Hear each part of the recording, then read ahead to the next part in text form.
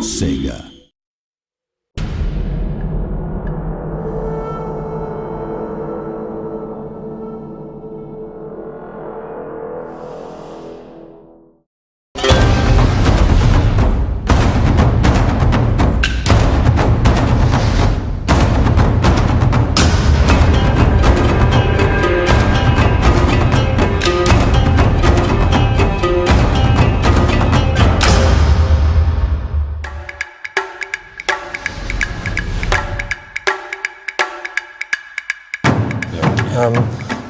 For a PC game, Total War's always had fairly weak multiplayer. It's only ever been the battle part of the game. It's been a recycled part of the game until Napoleon, and we really never really made it a central focus.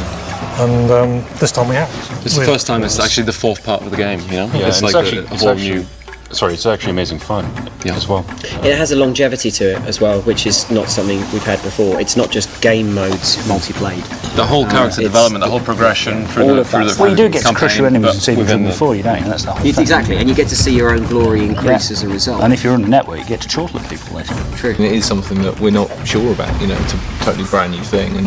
And you know, how... I love how we always take a punt. Well, you know what I mean? It's just like we always just go, it's gotta be good, right? Yeah, but you have to take a punt.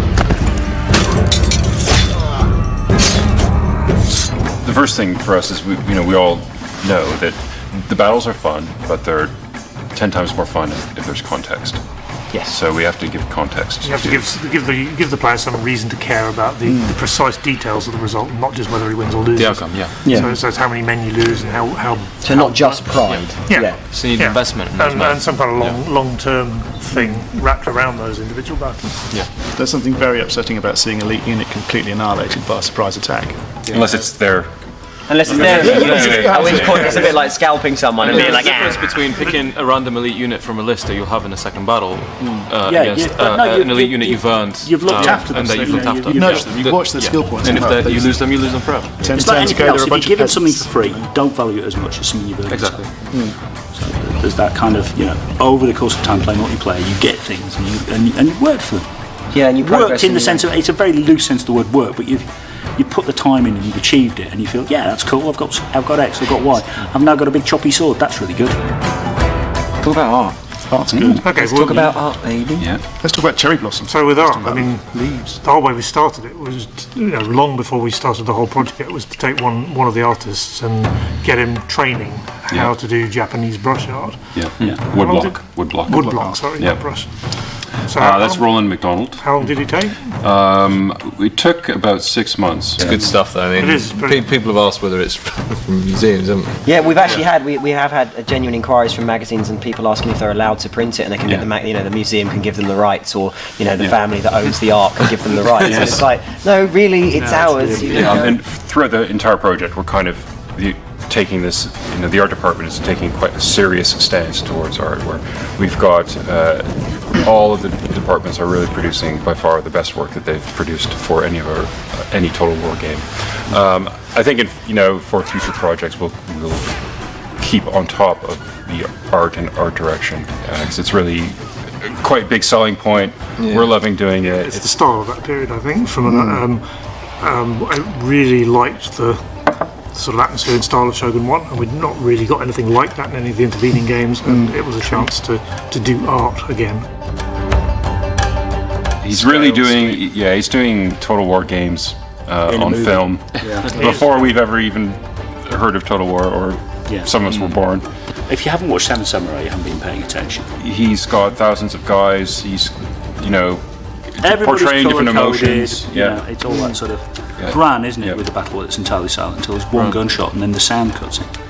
It's this enormous battle that goes on forever with a castle on fire. And, there's books as well as the Musashi books. That's definitely the stuff that influences me the most. I actually read the Hagakure about 15 years ago, something like that, and the same thing goes for Musashi's Book of the Five Rings, and that stuff is and Sun Tzu, of course. The Musashi books. I mean, I'm talking about the novels. You mean the novels about? Novels are based on the character that wrote the Book of the Five Rings. There's a whole series. There's dozens and dozens of these novels which are completely known to everybody in Japan. So they're Robin Hood, effectively, as Musashi.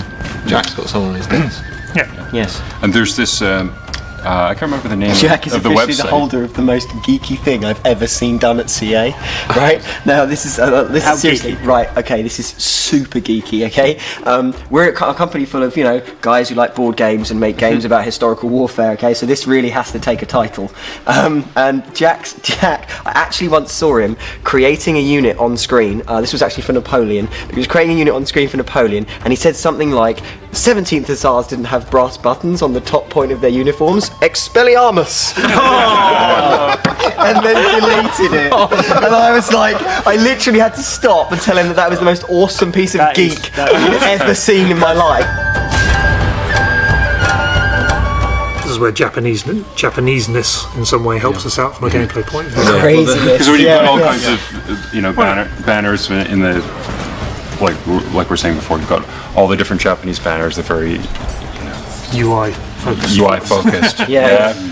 But their castles as well. They actually almost deliberately put good gameplay into their castles. It's almost like they enjoyed the battle. They did. It was a sense of this will be a great fighting location. The whole idea of a Japanese castle is different to a European one. European castles are all about keep them out. Japanese ones are all about come on in if you're hard. Have a go. Yeah.